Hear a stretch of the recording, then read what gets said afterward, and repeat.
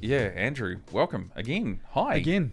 It's like I was here like 5 minutes ago. I know. It's crazy though. It's like we're cheating and cutting corners here, guys. Well, it's the I think it's the beauty of modern day technology and being able to edit things. You know, we're gonna make this look just unbelievably impressive. Oh yeah. You know, and thank God we don't live stream. Exactly. Yeah. We could do. Man, could you imagine that? Could you imagine us doing a live stream podcast? I think we've got plans for something like that. We do have a few plans for that. Maybe. Somewhere. Definitely. Somewhere down the track. I think you and I have talked about actually doing a full live stream podcast. Yes. Like a full Northland artist conversation. How much are we saying though? How about we leave it at that? Aru Singh. I know, Aru, man. Obviously, he's the guy that brought us together. Yeah, essentially, yeah. You know, we worked together on Plunge 2021 last year. That's how we properly met the first time. Yeah. I mean, and just combined our talents and banged out some content. Well, you know, your talents and my ability to talk bullshit, and and he sort of paired us together, and then you know, we obviously started this, and it was great to actually have him in the chair. Yeah, it was cool because there's a lot of things that I've talked to Aru over the past few years, but there were a lot of things that I'd forgotten about him myself. You know? So kind of a refresher on who he actually was. It was really cool. Absolutely, and it was nice to sort of have like a really open conversation with him about how his mind works creatively. Yeah. Because the dude, he always has a lot on. Yeah. It's not like he goes, I'm going to do this, and then I'm going to take like, you know, a month off. Yeah. You know, it's like, you know, he talked in the podcast about how, you know, how he's just constantly on the go. Yeah. You know, and I think he has to keep busy is what he said. Yeah, he did. And there's just so much really good stuff that came out of it that I didn't know. And I've known the guy for 3 years or more. Because I've had the luxury of like also talking to him outside of Plunge and at Plunge, and I know when he's under the pump, his trying to talk to him, it's like he got to deflect the shield on because he's so in his own zone. Absolutely. Like it was really cool to see him come in here and just sit down and chill for a bit. And talk, you know. And actually stop and take a moment to actually just discuss things as well. Yeah. You know, I was just completely blown away by how giving he was as well. Yeah. You know, and he just talked and talked and talked. Must be the format. I have to say, the recipe. I think it is. I think we got the secret hot sauce. Yeah. And I'm not going to complain. So with all of that, let's sit down and have a conversation with Aru Singh.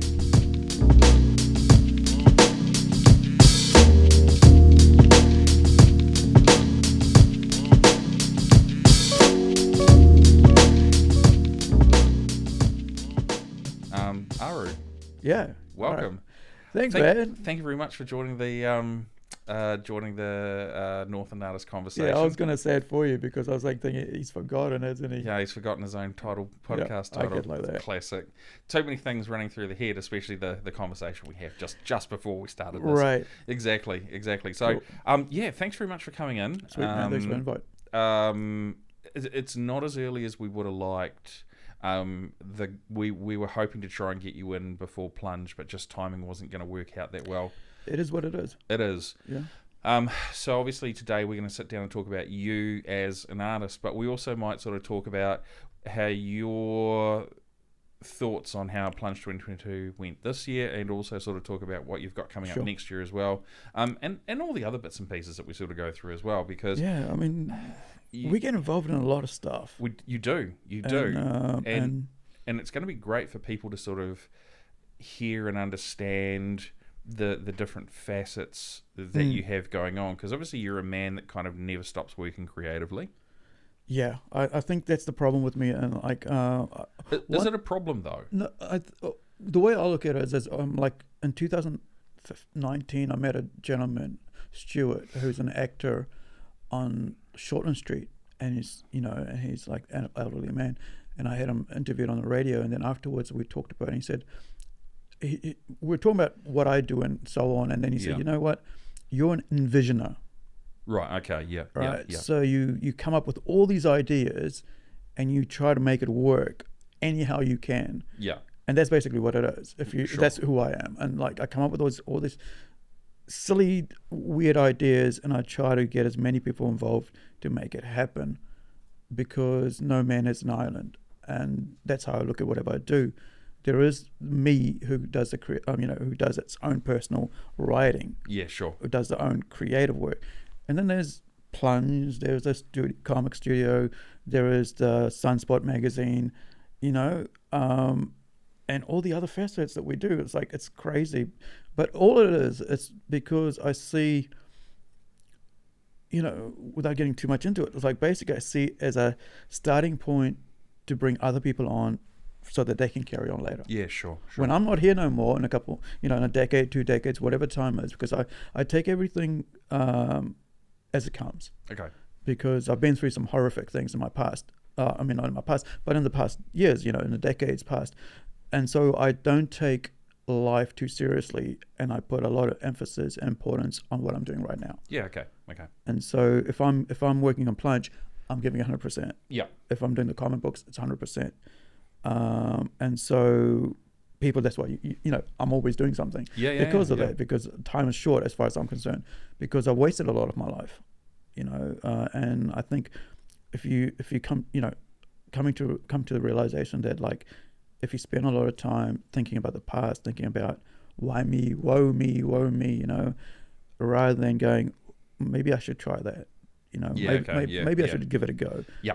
And maybe I should do this. Maybe rather than being jealous of others succeeding, maybe because, and we were talking about Alex July just earlier on a drive here, where people hate on him because he's successful. And I'm like, where I'm like, I used to, like, I was talking to Olivia last year. I think we were doing this thing about digital comic books, how digital media has changed comic books and online stuff. And I was talking to her and saying, and I couldn't. That's Olivia Garalja from Creative Northland. Yeah, and I couldn't think of the word that I was trying to think of. Okay, yeah. And I said jealous, and that wasn't jealous. It was like, basically, it's like being inspired. What's the word? Yeah, sure. I was looking for the word inspired, but I couldn't because my brain. I've had too many head injuries, so sometimes I can't figure out the words. Yeah. And I was like, I get inspired by success. Sure. I get inspired by what you do. I get inspired by what Andrew does, what Jason does, what other people do, and I go, why can't I do that? And then I go, how do I do that? Yeah, sure. What do I need to get to do that?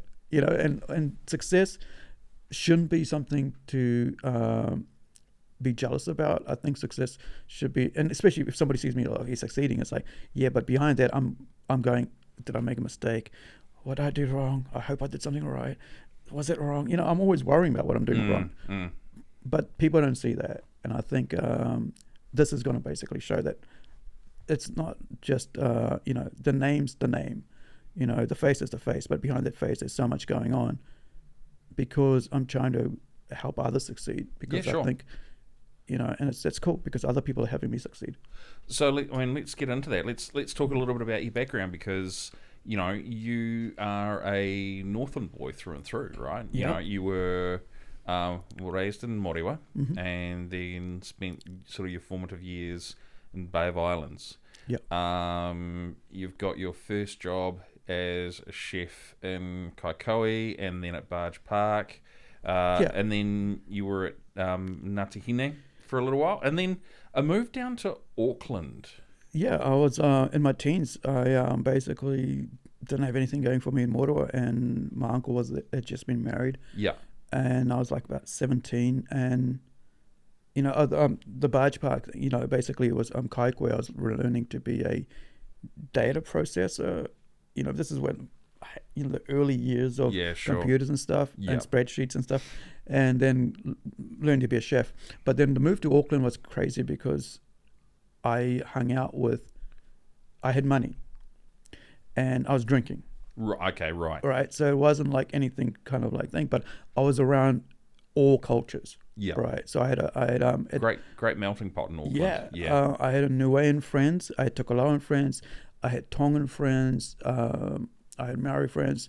I had European friends, and they're all my close friends. Yeah. And our own team, skateboarding base. And into metal and stuff, into hip hop, but mainly metal. But the other thing was, like, I had a Taiwanese girlfriend. Okay, Right. right. So the mixture, and that's what I like about having been at that age in my teen years, where you're around so many different ethnic groups.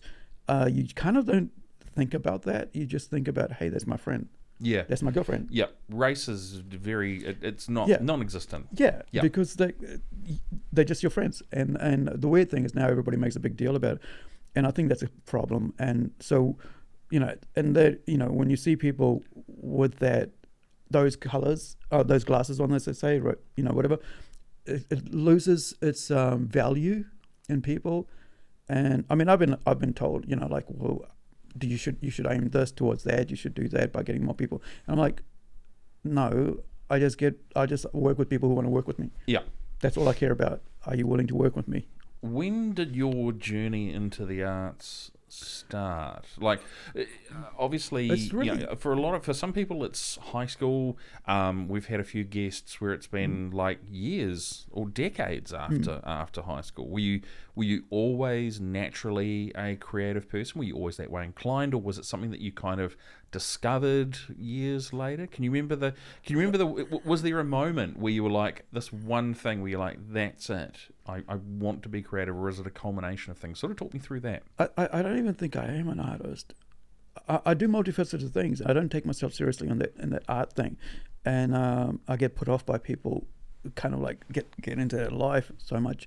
But I think primary school would have been good. Yeah, I think when I was in Moroa, I think Mrs. Monroe and Halley's Comet was out. Oh my goodness! And yes. so we were doing pastels of Halley's Comet. When was that? When was Halley's Comet? Was that 87, 89, somewhere around there? No, earlier than that. 85? I would have been about Form 1, intermediate. Yeah, it might have been Form 1, Form 2, intermediate. So would have been around about 84, 83. Wow. And so... Man, I tell you what, we're showing our age right now. Yeah, well, I'm 50 next year. Congratulations. Thank you. A bit early, but yeah. I made it. Like, the crazy thing is I never thought I'd get past 25. That's how crazy my life was. I never thought I would do it. And I did try not to do it. So, but I'm doubled my age, so which I'm great about. But Halley's Comet, right? Yeah. So we're drawing... So the whole idea was draw Halley's Comet. Yeah, sure. It was in the paper, showed you, and we were like, cool. And I was like, pastels. And I was like... And this is where I think my tactileness comes in, where I like to feel the art, right? Sure. Like that's why I do stuff like that, because I want to be able to have people touch it. And so the pastel part of it really, and I hadn't thought about it ever. And so this just made me think about it first time in decades.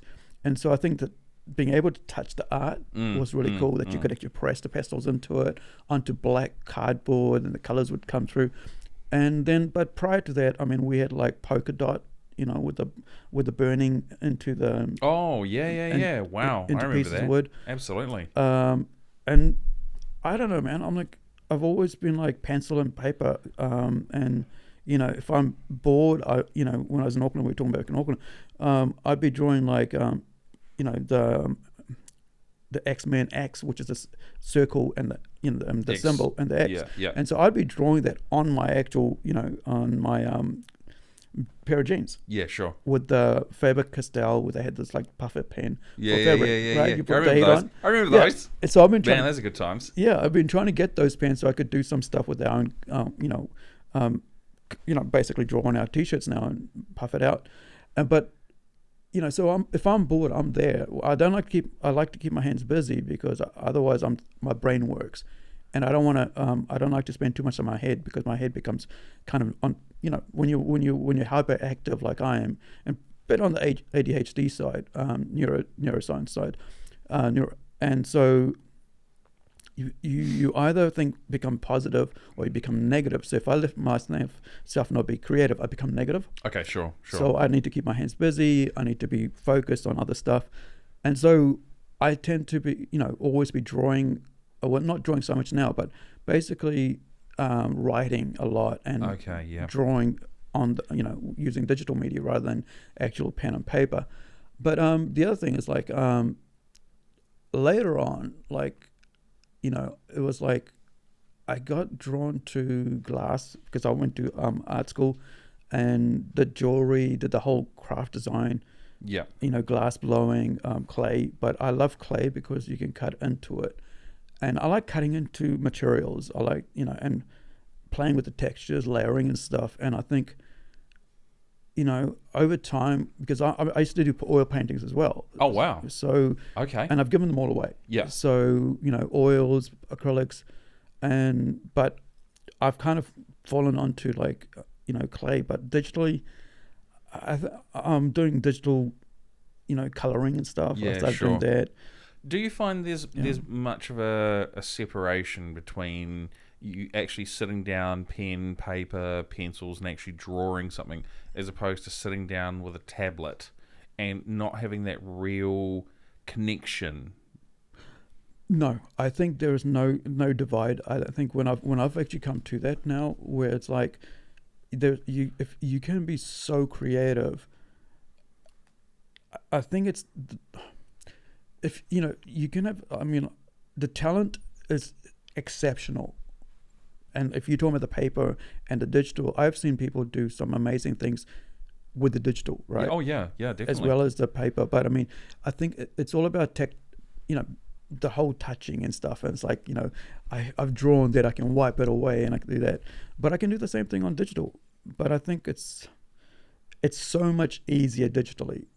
Oh, of course. Yeah. Of course it is. I mean, it's easier to, simply go, Control Z for undo or something like that. Yeah. And then, you perfect circle without even having to get a, piece of, like what I do with my t-shirts, like get a can out to cut it up. Yeah, absolutely. But yeah, I think, I don't know. I think I just wish I had spent more time in learning a life drawing.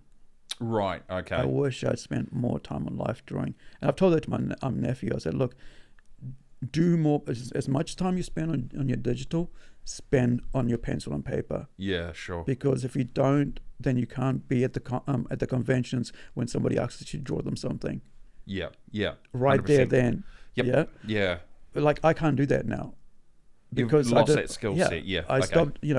I used to be able to draw some amazing stuff when I was, in my teens and stuff, and because I didn't carry on with doing with that, it's gone. Yeah. Right. I could do Iron Maiden, just whatever you want me to right now. I could do it. Sure. Now I can't even think of it. I can't even picture what it looks like, and that sort of thing. I can't do the figures right, but digitally I can. Yeah. Okay. Right. So essentially, you've had one skill set that you've been really, really strong at, and then you've migrated across over to another skill set. Yeah. And you've taken your tactile skill set and turned it into a digital skill set. That's your main one. So you've essentially gone from one to the other. Yeah, so taking the pen paper and making digital, because like you said, but the cool side of that is that I can play around with so much layers and stuff and not lose it. See, if you're doing that with paper, if you rub something out, it's gone. Instantly gone. You can never get it back. Nope. Whereas I just do layers. I might have 50 layers and folders on that same one piece of sheet of digital paper. Yeah. And I can go back and forth and cut it up, put it aside, save it, and do another copy of that, save that, and have like 2-3 different versions of the same thing saved up in case I go, well, I don't like this where I'm now. Let's go back to back 3 steps. Yeah, sure. So you can kind of save the different increments. Yeah. Yeah. Okay. And also the other thing is the instant color settings as well. Yeah. You can decide what colors you want to use straight away, and I think I think that's the greatness of this generation. I think having digital being alive right now is precious, and having digital media available so cheap and so easily to us. It's relatively affordable now. And free. Some ones are free as well. Yeah, I was talking to Ross Payne, who the coach artist, and he was just saying, look, there's Tone Beat, whatever it is, free. For creating animation. Absolutely free for creating animation. And like back in, because I'm writing comic books and stuff, and with filmmaking and stuff, so I studied filmmaking. So way back about 2003, I was using Celtx, which is CELTX, which was free, and I still use the same version. Okay. And it's still the same version I use. I don't, they haven't had to pay forever because I've had the original version. And so that allowed me to write comic books in the comic book setting, and also the scripts. Yeah. Without having to type up, whatever else. It's just, tab and it's there, names and all that. Yeah, sure. So imagine 50 years earlier or 20, 30 years earlier, we had to type it all up. Now it's just there. You can walk around with on your phone and you got it. And yeah, I think it's just so cool. I think I'm just grateful to, be able to have that access to that. You just sort of briefly touched on filmmaking there. Now you went and studied filmmaking. Yeah, I have a bachelor's degree in digital filmmaking. Okay, where did you get that from? Southern Institute of Technology, but I finished off my last papers at Taranaki. Wintech? Yeah, WIT. Yeah. Where? Western Institute of Technology. Yeah. So I finished up my last papers there, but I actually spent about 6 months on just finishing up a couple of papers. But I did more than what was required because I had 6 months there, so I had heaps of work. Yeah. Because I was really excited about being there, and because of what I'd almost got into journalism. Really? Out of that, I would have, I was there and I was like, I should stay and do journalism. I should stay and do journalism, and then I was like, yeah, no. And so then I moved back and came back here, and then opened up a comic shop. Wow. Okay. Yeah. So now, you and I have sort of spoken briefly about this in the past. You owned a comic book shop. Yeah. Let me see if I remember this correctly. Behind the back of what is now Flip Out, is that right? Yeah. Right. Yeah. Okay. Yeah. What inspired you to actually go through and do that? Well, I've always, I've been a comic fan since I was a kid, since I was 7 or 8. Yeah. And it's been a part of my life forever. And I'm 50 now, so I'll be 49. So you could say I'm 40 years of my life. Yep. Has been in love with comic books, and now I'm writing them and drawing them and having other people do the drawings for me as well. So the deal was I just thought, well, I needed something because I needed something to occupy my time, and also why not? And it'd be cool to have my own business because of my health, because I'd come out of an accident, sure, car accident. So I was like, I can't do the 8 hours for everybody else. What if I do the 5 hours at my own pace by having my own store? Yeah, okay. And so be my own boss, yeah, shop at that time and do that. And that kind of helped me for that. And we were quite successful. And then people... when you're talking successful in terms of comic books, how do you sort of define success? Because I think of success in terms of what is it? The TV show Comic Book Men. That's the stash house that Kevin Smith has. Yeah. Well, I think he did that to just make he does movies to make sell comics, whatever. I don't know, or the other way around. Yeah. But for me, success is basically doing what I love and having money to keep doing what I love. Right. Okay. So you're constantly generating a profit, everything's getting paid, and enough you can live on. And people that enjoy what I do. The cool thing was that, if you look at the people that come out of a comic shop, they actually have their own things now. Yeah, definitely. Right? You look at Ethan Kennedy, you look at Luke Kennedy, you look at Sean Stanley. Those are guys that set up their groups inside the comic shop. Right. Okay. So you have Shadow Realm came out of comic trade, Crit One came out of comic trade. Sean Stanley's, I can't remember what he called his one, but that group, Dungeons & Dragons, came out of comic shop as well. Oh, right. Okay. And so we also, when we had cosplay events and stuff like that. Yeah. And we started doing create your own comic books schools with me, myself, and Shane Evans there. Oh, yes. So the whole focus was to create this. What we have now with Plunge, everything that surrounds Plunge was going to come out of comic trade, but whenever somebody sees you succeed, they think it's easy, so they try to start their own thing, believing Okay. Yeah. on the tail end of that. If anyone can do it, then I can as well. Yeah, but rather than creating and figuring out what's going to work for them, and I'm the same. Like I try to figure out what's going to work in my sphere of things, not what it works for somebody else. What's going to work for me. So if like say if I'm doing a podcast, if it's just me sitting in my room talking to somebody else, that's the only way I work it, because that means then I can crawl into my bed afterwards. Yeah. Right. Because I'll get tired, I'll get sore, so I'll crawl into bed afterwards. Otherwise, I can't do it. Yeah. That way, I can't work at somebody else's. So if I open up a store, I've spent like a year researching. This is how it worked. It was I took a whole year off. I mean, researched all the successful stores all around the world, what would work, and that worked for me.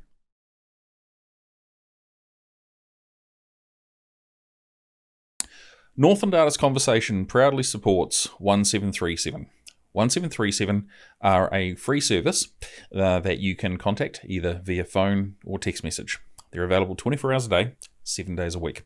On their website, 1737.org.nz, they say, are you feeling stressed or just need to talk to someone? Are you feeling down or a bit overwhelmed? Do you know someone who is feeling out of sorts? Whatever it is, they're there for you. Free call or free text anytime, 24 hours a day, and you'll get to talk with a trained counsellor or talk with a peer support worker. Their service is completely free. They offer brief one-on-one counselling support sessions for those people that need it a little bit more than normal. Please do not be afraid to reach out if you need support or if you know someone else that needs support as well. 1737 are a fantastic service, and we here at the Northland Artist Conversation are very, very proud to support what they do. 1737, free text or free call.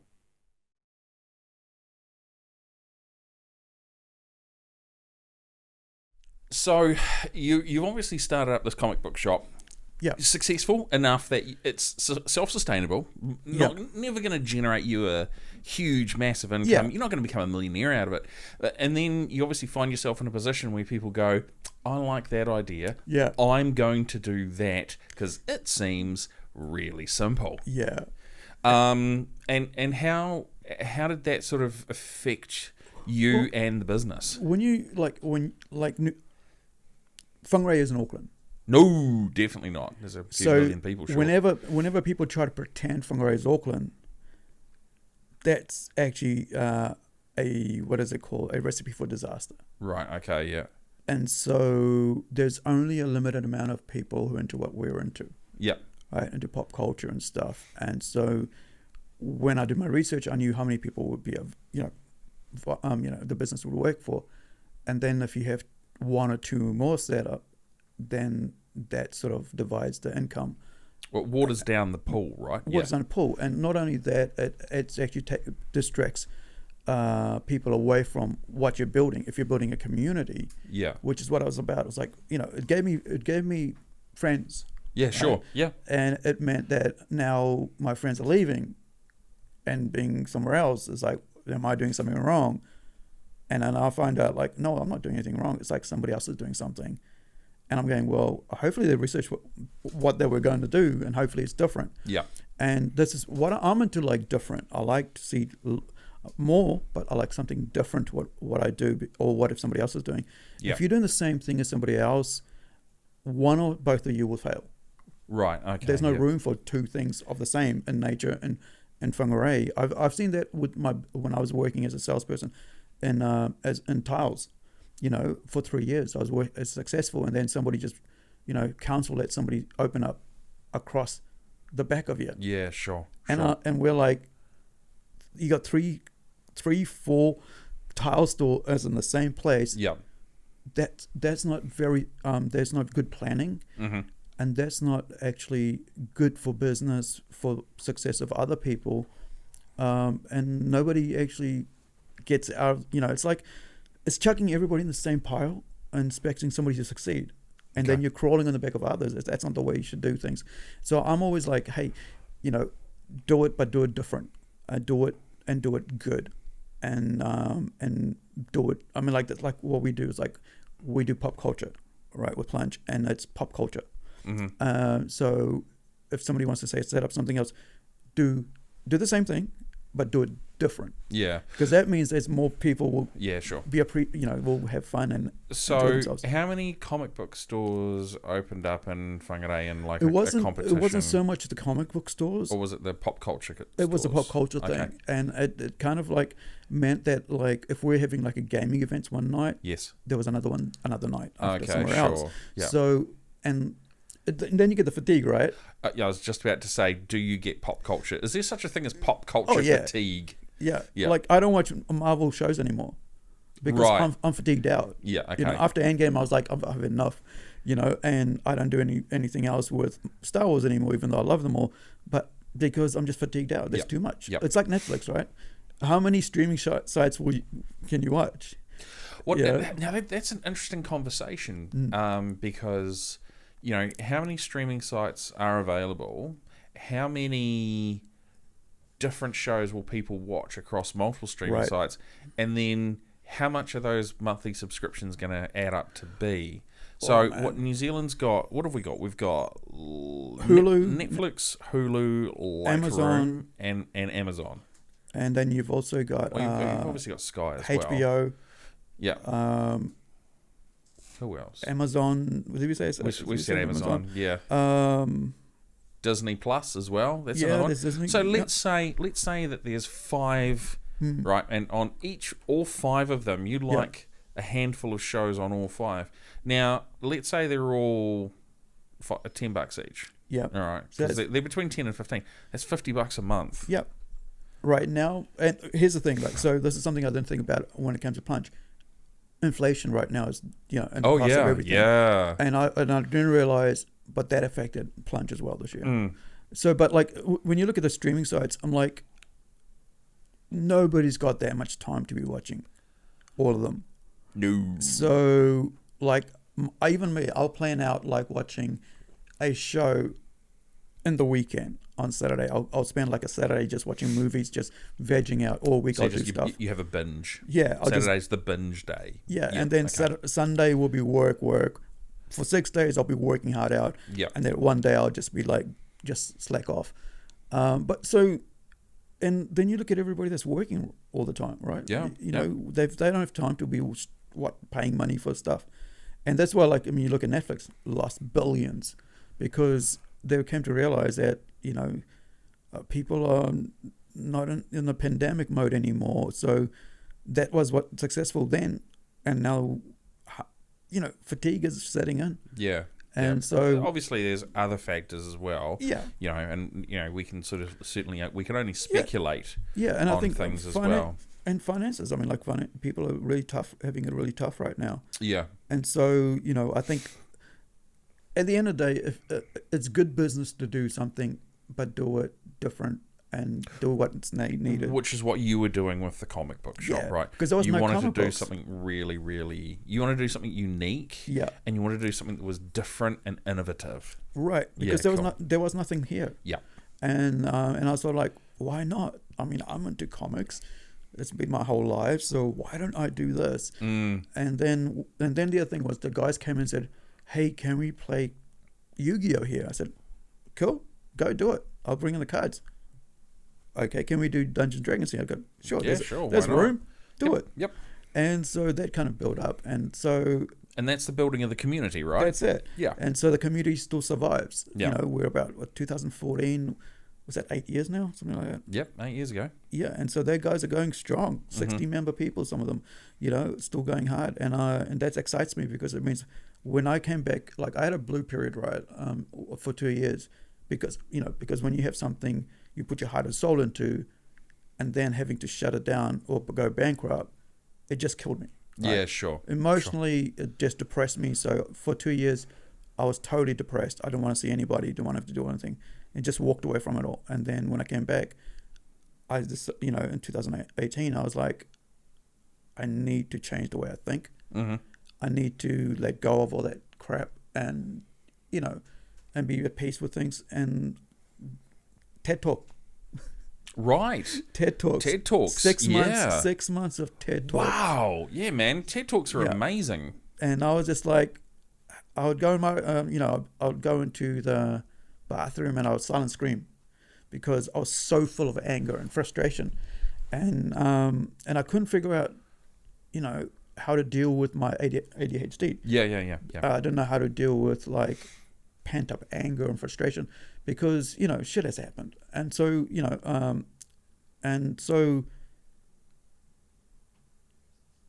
kind of like watching those TED Talks were amazing because it taught me about my brain. Yeah, sure. Like, not only have I got that side of myself, hyperactive side of myself, but and always since I was a kid, and my sister, who's a nurse, basically goes, you have a bit of ADHD in there, and I'm like, yeah, I can see that. But also the other thing was like the neuroscience of it, and just realizing how my brain works. Because creative people, you get very into things, and I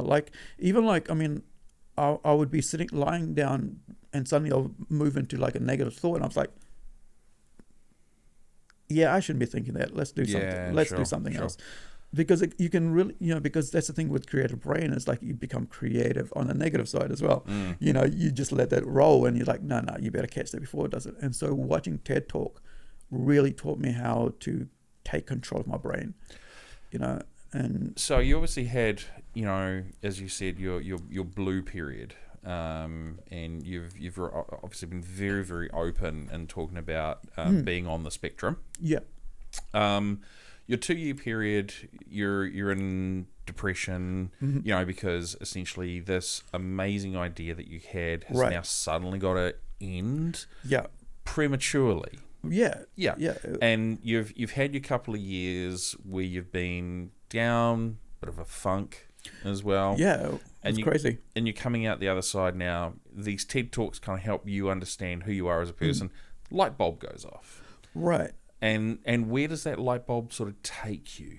Right. So what had happened was like I'd moved, right? So I had to move out, and so I'd moved into this new place, and that first night I'd moved, moving everything out. The night after, I said to my sister, you need to come over because I can't deal with this. I was alone for the first time forever. Yeah. And she said, no. Right. She goes, no. Yeah. You need to deal with it. Yeah, you're going to have to face it. Yeah, you're going to have to face this, this loneliness and by yourself. Yeah. And she said, you need to find what makes you happy and do that. And so I thought, what makes me happy? Art and music. Okay. So, this is April of 2018.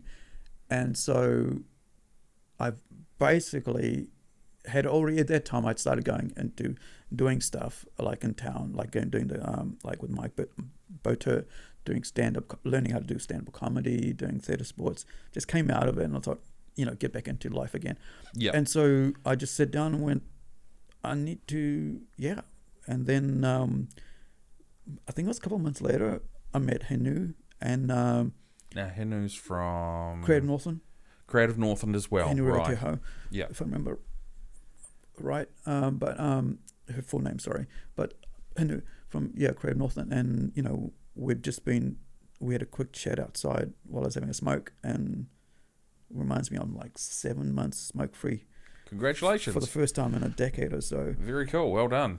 And so she just, we were just having, I was having a glass of wine outside with a smoke, and at the opening of a art center, and she said, who are you? What do you do? And I just told her. I said I had a comic shop, and I had to close it, and still dealing with that because it was quite, it's your dream, death of a dream kind of thing moment. And she said, and I said, this is what I want to do. I want to do this, that. She said, well, have you thought about doing a convention? I said, yeah, that was part of it.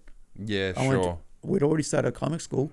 The next thing we were going to do was a convention. She said, well, if you ever decide to do it, I'll help you. Very cool. Okay. So she really, catalyst. You're in your house for the first time, having to confront being alone, and your sister says, nah, bro, time to deal with it. Yeah. and you've kind of started going, I'm going to engage in the world, I'm going to be out, I'm going to be sociable. You do stuff with our friend, Mike Boda. Yeah. And then you meet Hinu. And then Hinu gives you that one spark of inspiration. And then this begins the journey of Plunge. Right. So the thing there was, like, because I've had so many head injuries, right, I'd forgotten that a decade earlier that I had been a part of a comic book company in America. And so when the thing happened with Hinu, that I went, I also was, there's a lady named Tanya from the US who had seen my name on DeviantArt. Yeah, sure. And with Rising Sun Comics on it. And this is old stuff. I hadn't been there for ages, And so that sort of came in, and we started talking with Rising Sun Comics about it. Yeah. And I said, look, I have this, we're thinking about locally about doing a convention. And they said, well, we'd be happy to help you. Okay. And that's cool. So they came in financially. So did Hinu with Crab Northland backing. And so, 2018, 6 months of just building up the business side of things, getting a structure going, figuring out, I don't want to have all eggs in one basket again. Yeah, sure. And sort of like, do this and it just fails and that's it. I'm back in my freaking blue funk period. I don't want to get back into that sort of mode ever again. And so I wanted to make sure that I had a structure built, which is Plunge Enterprises, right? Yep. Or Plunge Comics New Zealand, which is that it would support, if one went down, the others would Sure. stand. Yep. They're sustainable, right? Yeah. Independent entities. Yeah. So under the same one umbrella, but the other, they had their own thing. And so I wanted to make sure that we were able to do it in a way that it wasn't a trust. I looked into that and I said, no, I want to make it a business. I want to be able to have people earn something out of it somehow. Sure. And all along we've given out as more than we've ever gotten ourselves from it. And so, especially with the Plunge side of things, but we wanted to do Plunge as a community thing. I mean, I wanted to do it as a community thing. I wanted to be able to do the community buys into it and the community gets out of it. Yeah. And then the other stuff like the comic side, that's the comic side. That's the business side, and that supports the creative artists and stuff, and they get to do their work and have their work shown around the world.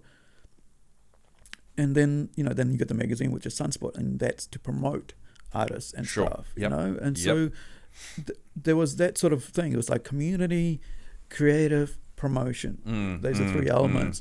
And so here we are 4 years later, and finally getting to where we wished it would be at year one. Yeah, sure. But I mean, we've grown, and I think the cool thing is that I think having that support always there, but not always there, but always trying to let the community know that why it's there.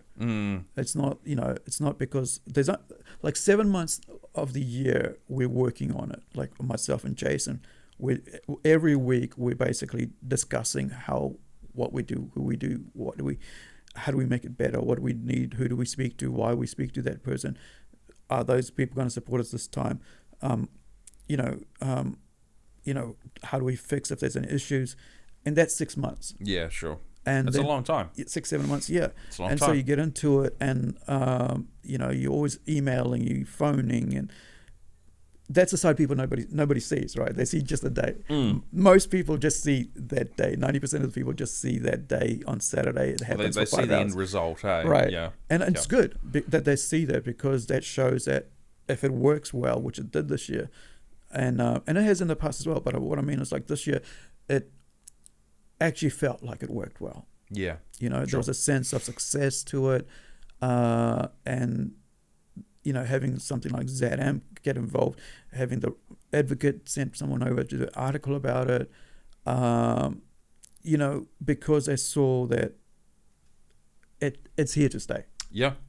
And this year was its fourth year. Yeah, right. Yeah. So I mean, even that's the thing. It's like 4 years of struggle each year, because there's only myself and Jason doing it, And so I'm the one who does all the public side of things, all the design work, all that stuff.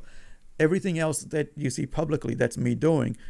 And then you see Jason doing all the hard work with the numbers and stuff. Yeah, you sure. know, and so making sure that it works, that side. But, you know, so there's just the two of us carrying it. But then on the day, you have so many people involved in so many different facets.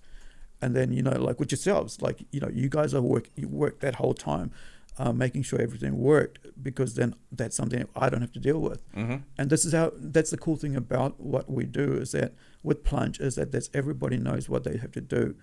And it's gotten to a point where, like, I mean, like, you know, it was in a paper or machine.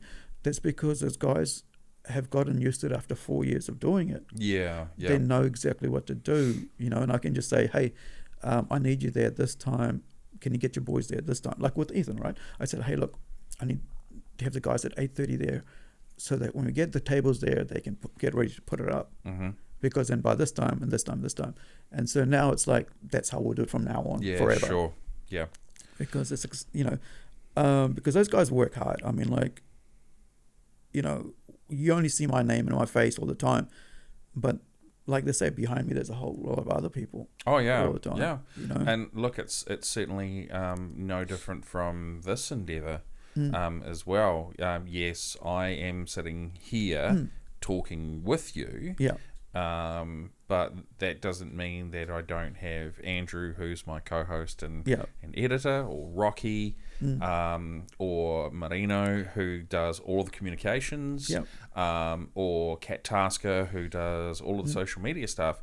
You know, it doesn't mean that, you know, and Tane, who's sort of coming in as well. It doesn't mean there's, you know, not a group of people that are like, we like your idea. Yeah. And we want to help. We want to support this idea. It's really no different, is it? No, I mean, like, if you look at, like, I mean, the crazy thing is, like I say, like, you know, I'm doing things all the time. When we ever, you know, like, we've always had a group page on Messenger, right? Each year it's like changed to another year, and so on. You know, it's like last year was 2021, Plunge 2022, and next year we Plunge Carry, right? Yeah. And so it's like making sure. And one thing I'm very open about is why we do what we do with Plunge, and I make sure that people are aware of what's happening with it all the time, especially on our group chat, because I find that if I'm open with them with people about what I'm doing, then they know why I'm doing it. They know my heart and soul right behind it, because they don't see anything else most of the time. Because I don't do anything outside the house apart from going out once a week. I don't socialize with people because I'm always busy. And by busy, I mean I'm looking after social media. I'm looking after the website. I'm looking like Twitter. I'm looking after the Instagram. I'm looking after the Facebook. I'm looking after the comic trade page, the website, having to update that. That's about 7-8 things just on the social media side. Then I got to look after my comic creation team. Yes. Right. So I've got about 7-8 people all around the world who are working on 7-8 books right now. Yeah. And they want my emails at 4:00 in the morning. Right? And then I got to look after Rising Sun Comics, the directorship there, where I'm positioned in there. And that is around about 3 or 4, 5 o'clock in the morning. I have a meeting once or twice a week, 3 times a week. And those can last up to about 2 hours. Yeah, sure. You know, but then I've got to talk to, you know, everybody else involved with Plunge. I've got to raise funds for that, you know, for Plunge. You know, finding out what works, doesn't work. Working with Creative Northland, right? Working with the US, saying, hey, we need funding this much this year. Yeah, sure. And so on. And so, you know, and then at the end of it going, well, did we make it? No, we got a bill to pay. We got to make sure we get some more money raised later. And then saying, well, who do we pay something to, because, you know, of what we have. And so it's kind of, it makes it easy when when there's only two of you making the decision, but mainly I'm the one who's making the decision. Yeah, sure. And so having the responsibility on my shoulders, it means it's easier, but it also makes you look like an ass sometimes, because you're making decisions that people might not agree with, or you might muck up, and then it's on you because you muck up. Yeah. And I've made a lot of mistakes, over the last couple of years, right? We all have though. And and then I'm like, I just wish I hadn't done that. It's like, I'm going to do this, and then realize that I shouldn't have done that, and then having to fess up. And like last year, right? I put out $500 on my own money because I sold a comic book, and to pay for the first issue of Critical. Yes. And then realizing I didn't like the artwork once it was published, and so I went and had to get another artist to redo it all with a new script, because then I could say, hey, I think this is better. And so I'm hoping that, we've got several comics coming out, and so hopefully having quality artists on board would make my writing look good. Yeah, definitely. Okay, so we sort of deep in this conversation about Plunge. Right. And you've obviously talked about how it started. Yeah. 2018, and the 6 months that you kind of went through to get that up and running. You've said that this year it was like the best year it's been for a while. Obviously, the sort of challenges of the economic constraints of the time. Yeah.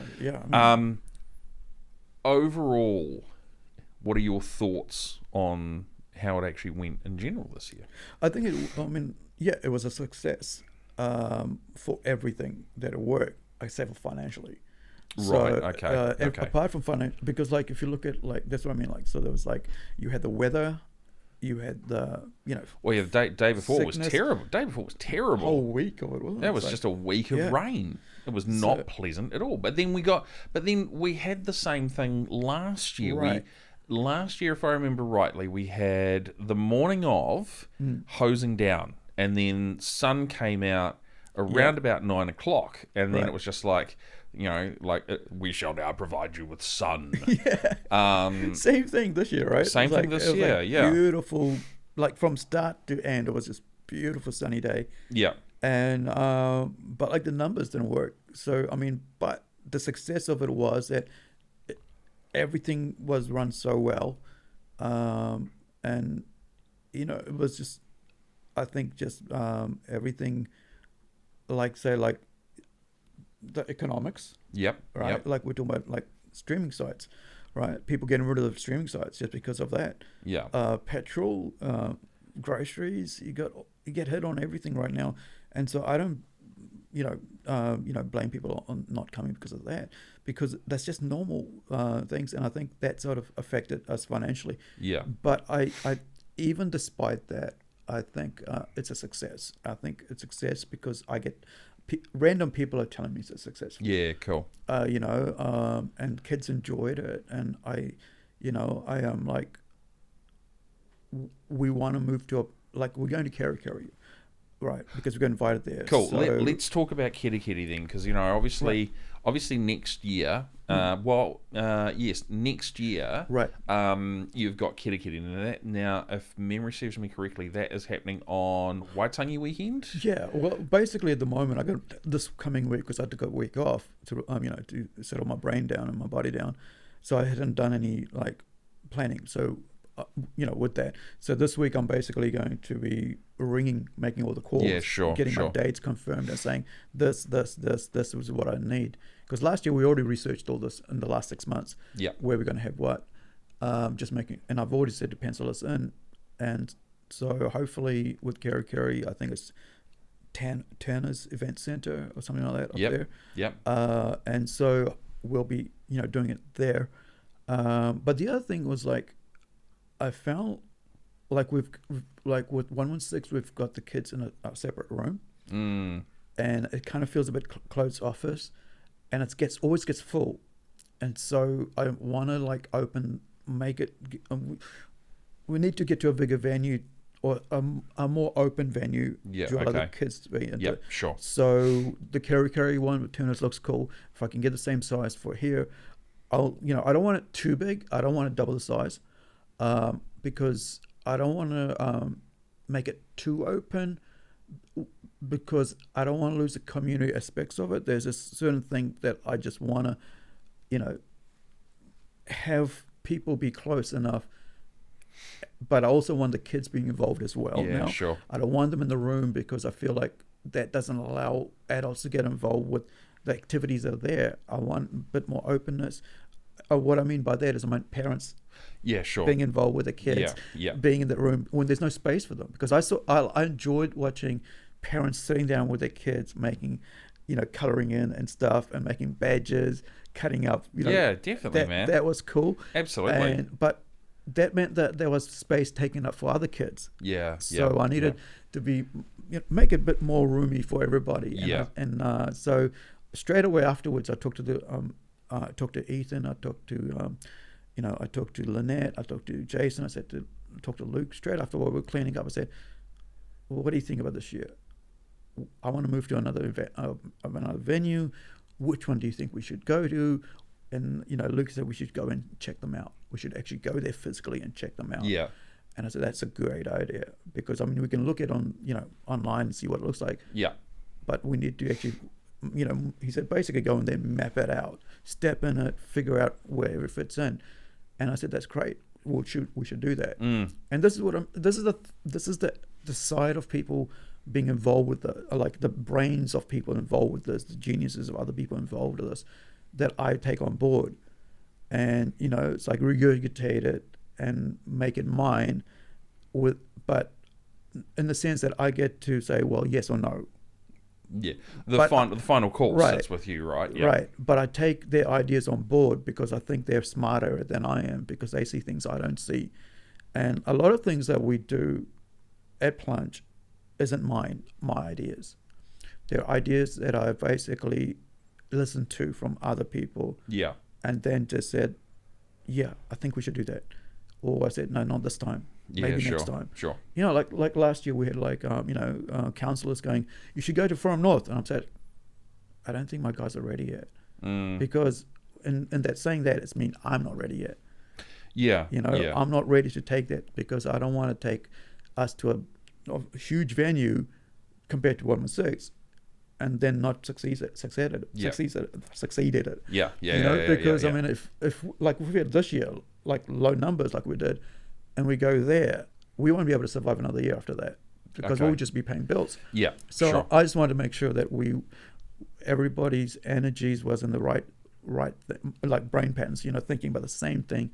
If they're thinking, yes, it's time to move on, then I'm going, okay, it's time to move on. Yeah, sure. Because there's only so much nesting you can do until it's time to get out. Yep, absolutely. And I think that's what came in with Kerikeri. After 3 years, they saw that what was happening in Whangarei would work in the far north for them, for their community, to help their youth. And so I said, okay, we'll try that, and but then, right, it doesn't happen without money, right? So none of these things happen without money. People can see the result and go, they must be raking us. No, that doesn't happen that way with this, because it's community based. So a lot of people give up a lot of their time on that day, and if each person that's working, because everybody is like 90% of the people that are at Plunge on that day who help out are working. Yeah, they work full time.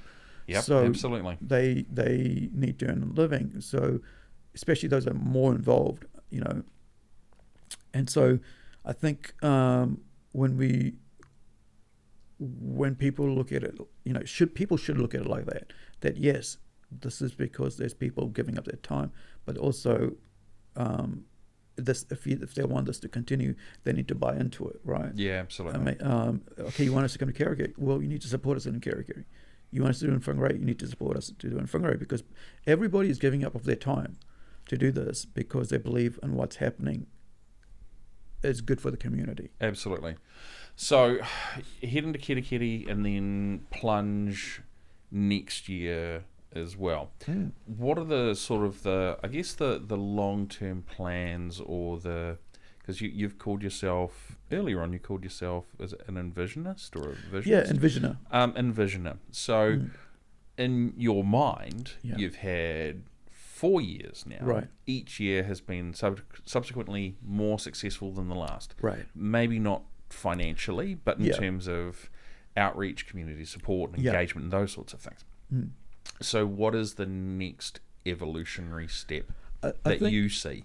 I think having the two is cool, because having the Whangarei, having Whangarei is cool. I want to do a third one. We had planned to do a third one, and then another place had worked it all out, and then our friends in Auckland decided, well, we'll do one in Auckland at similar time, at exactly the same time, kind of thing, in the same month. And I said, well, because they'd been wanting us to do it for them. Right. Okay. Right. Yeah. So they'd been for about 2 years. They were basically going, "Can you do this for us? Can you come up to Auckland, or come down to Auckland and put on a convention for us?" And I said, "I think my team's not ready yet. I don't think I'm ready yet." And then when I decided, "Hey, I'm ready next year," they go, "Well, this year we're going to do this." And I said, "Cool, we'll come and help you." Right. So that instead of us doing it next year, we basically get to do it this year in Auckland and help them. Right. Support them, which is like the anime and K-pop festival, which is in Manukau City. Yeah, because there's already the big Armageddon. There's Armageddon, right? Right. And Armageddon's obviously gone through expansion. Yeah. They're what, Tauranga and Wellington. Yeah, they're Tauranga this weekend, I think. I believe so. Today. Yeah. Today. Palmerston North as well is not too far down the line. Wellingwood. Is there one in Christchurch? I think so. It was big enough for them. Yeah. So I mean, those guys have obviously had huge amounts of growth. But I mean, Bill, he's in a similar vein as us, right? Yeah. So they started in the same way we did, and so everybody kind of thinks that I am of the same mindset. That just like Bill, that I would, and I've interviewed Bill about this. We spent 2 hours talking about it, about where they got to and his stuff, and him and I are very similar in the way we think. We're very comic book people. Okay, yeah. Right? And we come out of nerdiness and comic book and geekdom. And so I think when people, I have people tell me or ask me, are you trying to get to Armageddon level? I'm like, no, I'm not, because I'm more about the community side of things. I'm more about the people. I'm more about the youth, and trying to get them to art and literature. Yeah, that's sure. my focus. My focus Absolutely. isn't to be to bring like freaking movie stars to Whangarei. Sure. That's not my thing. They're nice. Not even important to me. I'd rather go see them at Armageddon. Yeah, okay. Because then I get to see them. Yeah. Because if I have to bring them here, that means I'm, doing all the work to get them here. Yeah. So the fun of actually seeing them goes our way. I want to see Carl Urban, right? Dredd, and I think he's on the Boys now, as Butcher, like the local Kiwi Boys. So I'm like, I'm not watching the Boys because it's one of my favorite comics, and I'll never do it. And everyone tells me I should, but I'm like, no. But Carl Urban is amazing as Dredd, right? So if I want to bring anybody to Whangarei, it'll be Carl Urban, right? Yeah. I don't care about anybody else, just Carl Urban. Carl Urban, if you're listening, yeah. Or if you're watching, but or you he's have a any local interest. boy, right? 100%. He's a Kiwi. So, but the thing is, like, you see, that's successful there. But for me, success is knowing that in about 5 years, somebody from there will come and work with me on a comic book with me. Yeah, that's my sure. success. That's your definition of success. Yeah. So I can have an artist that actually went through Plunge and got excited through doing that through Plunge. Mum and dad supported them. Grandma, whatever guardian supported them. Stepdad, mum, and kept them into it. Got involved in manga, anime, whatever. And now they've been drawing for the last 4 years, getting their artwork ready. Now they want to come and do a cover for me, because that's the whole point of having the comic site, is saying that get excited, learn how to do things, get involved in that, and then have the studio there ready to accept them, and then I can go and look for fund to get their books made. Yeah, sure. And that is my success. That's all I can think of. It's like, because I'm a comic guy, so I'm not going to try to be anything else apart from that. And as a comic book writer, all I think about is creating comic books. Yeah, absolutely. And, creating comic book universes so that other people can write in those, play around in that little sandbox, and I don't think outside more than that. So as long as I can, like, my whole thing is like, I've got a nephew who's 11, right? So all I want to do is make sure that what I inspire him to do, I do the same way to other people. Right. So if I'm not giving him the same inspiration I try to give other people, there's no point. I'm losing it somewhere. Yep. So I want to say, hey, do you have the right tools? How do the little time I spend with you is enough crumbs to get you on the right step. Sure. And that's where Plunge comes in. Yeah. Do I give the kids enough crumbs to get them inspired? The library's there to do their job for me. Absolutely. Right. So the guys from the library are amazing, and they do the like I do the encouraging. They sit down and actually do the work with them. So essentially, for you, Plunge, how you perceive it is that you hope it's essentially a gateway for youth or people that have had a long sort of standing love of pop culture things to go, well, I can come to this and I can be embraced with my people, and I'm not going to be looked at as the outsider for whatever reason or anything like that. So really, Plunge for you is a complete gateway, allowing all people to be involved and come together. I mean, cosplay, for example, this year, huge turnout. We pushed that for cosplay. That was massive this year. Yeah, I pushed that all through the year. I was like on there saying, this year we do cosplay. This year we do cosplay. This year cosplay. Yeah. Because the thing was that, I don't expect people to do anything I don't do myself. Yeah, absolutely.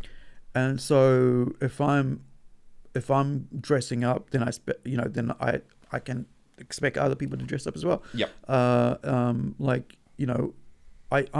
of the person likes to put their money where their mouth is. Right. Yeah. Sure. I really want to be the walking the talk kind of guy. Yeah. Because leading by example. That's it. And there I think if you don't have that, then don't expect anybody to do anything.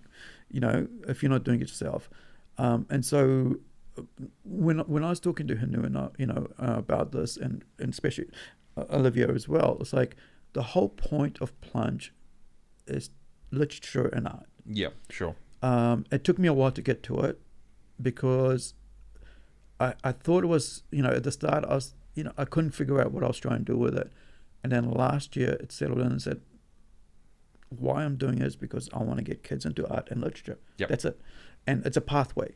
And and it's a pathway into careers, and to show them that through this you can actually make a living. You got like tech qualified print. You could they're amazing. You could actually print your work locally. Yeah. Like Jeff Oliver Print showed up this year. Where you could actually go and get your work printed. Yeah. And get your books made. I mean, of course, we've like ourselves last year we went to oh gosh, I forgot her name. It's okay. And they did my book, Critical, and so locally. And the thing is to show people there are so many other groups that are around that you don't hear about, that you don't see. Yep.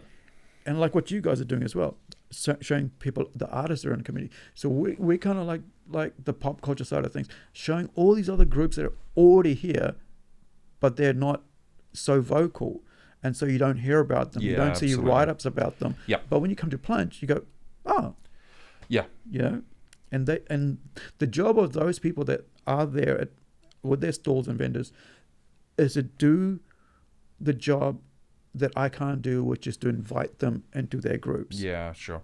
So I just go here. That's what they do. Go talk to them. That's what they're into, and they're there to to say, hey, this is what we do. I see each sit down with a mum or aunt, I don't know who it was, and just telling about how he had a kid who came in at 16 or 15 or 14 from high school playing games, and they basically mentored him into university. Yeah, sure. That sort of just seeing that success. Yeah. And those are within these groups. And I think people don't see that because, they don't have the big write-up. They don't in the newspaper about them, But they're there and they do the job that people don't see. And I think that's a cool thing to have something like that where a place like Plunge once a year, right, 2 next year, but having all these groups show people they exist, and they are willing to let other kids and adults get involved in that if that's what their interests are. Absolutely. We didn't have that as kids. We just had there's your mate. Oh yeah, they're cool. Yeah. And now that everybody's watching Stranger Things and going, that's what the 80s were like.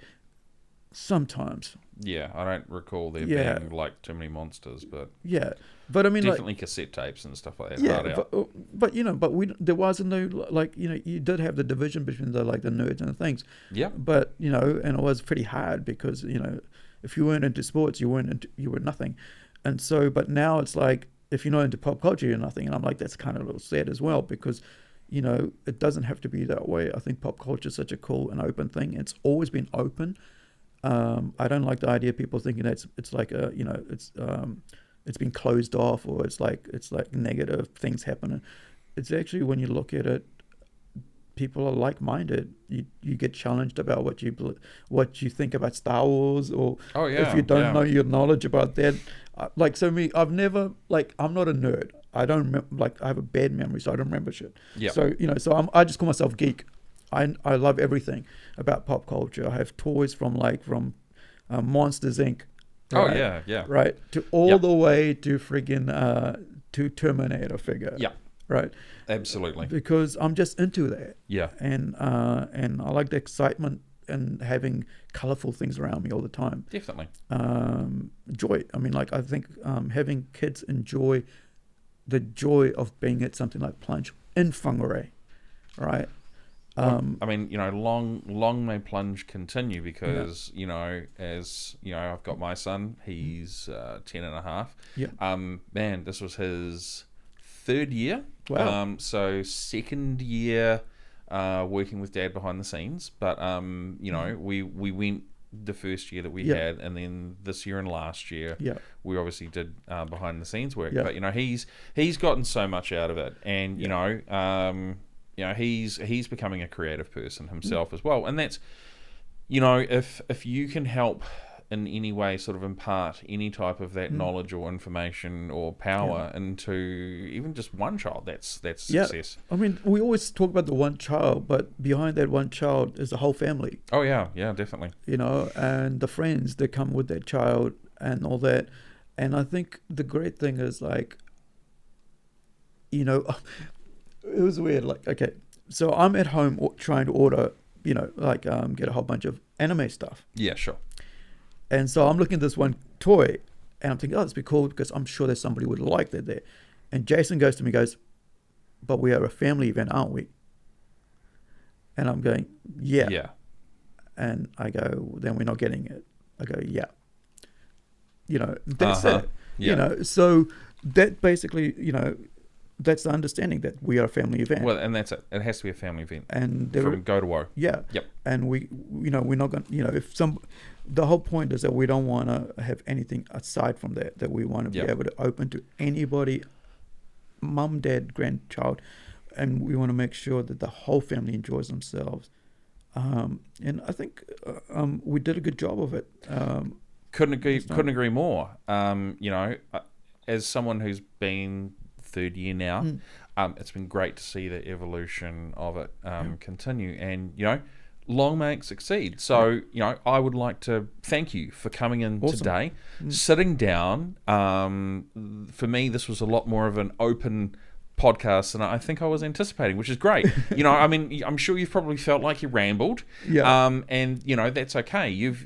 If you feel like you've gotten some things out, which is great, and it's going to give the viewers and the listeners some really amazing stuff to grab onto. So thank you very much for coming in today. Awesome. Really appreciate it. Thanks, man. Thanks, Andrew. Yeah. Thanks to editor Andrew, by the way. Yeah. I mean, a lot of times we don't, people don't acknowledge people. Saying, I mean, I'm just excited by the people that surround themselves around me, and help me prop me up. So I'm, props to Hanu, props to Eats. Yeah. Thanks to all the support people. Yeah, and especially Jason. Yeah. He puts up with a lot of stuff from me. Very cool. And so, I'm just grateful for this opportunity, man. Not a problem. Happy to have you. Thanks.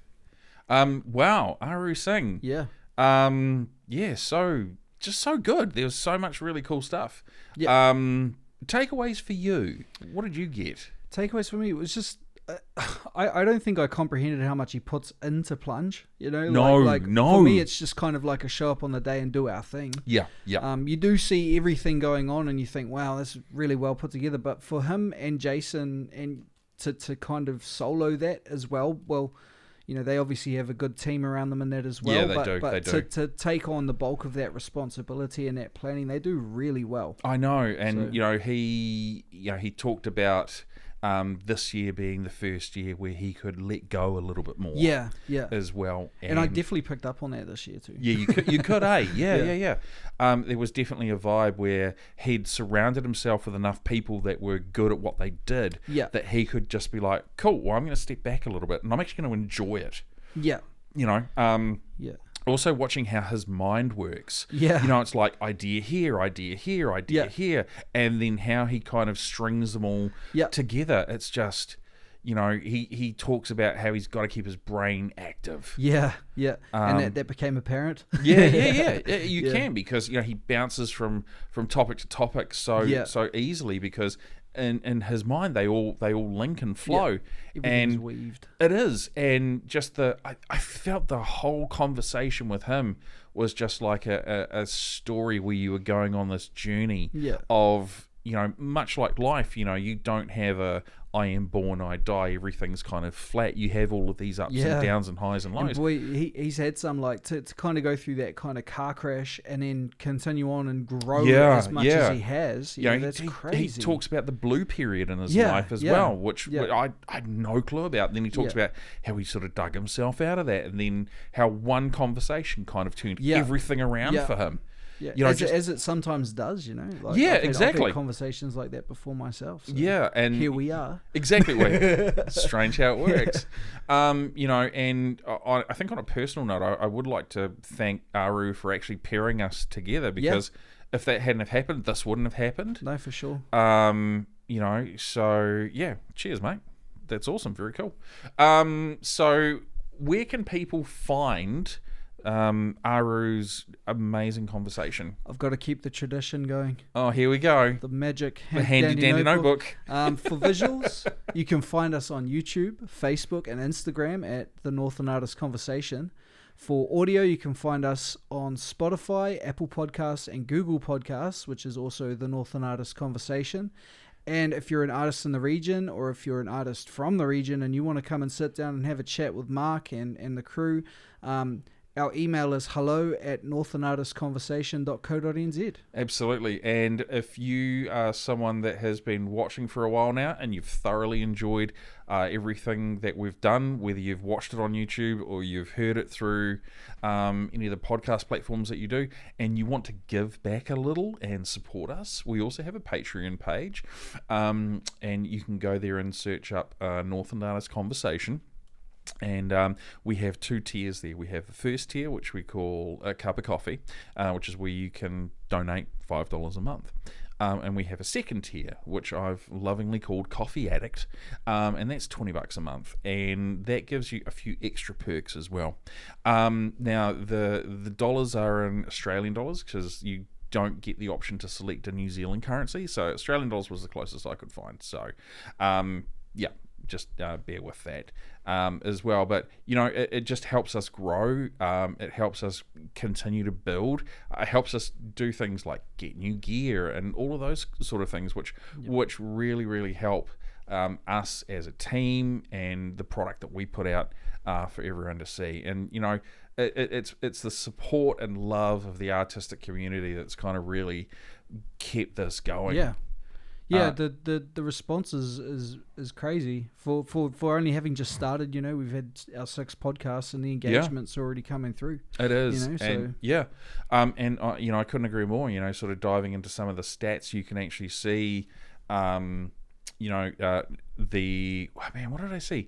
The amount of time viewed has increased massively. Yeah. The number of people it's reaching is also starting to really, really ramp up quite nicely as well. I think Wicked. the recent one that we launched, I think we'd reached over 1,000 people. Far out. Which is huge, considering that's 5 podcasts deep, and that's it. Yeah. You know, we are the podcast. We are the little podcast show that could. Yeah, and for sure. we're just going to keep going. So on that lovely high note, straight down the camera. My name is Mark Kelly. And I'm Andrew McKenzie. Thank you very much for checking us out on the Northland Artist Conversation, and we will see you guys real soon.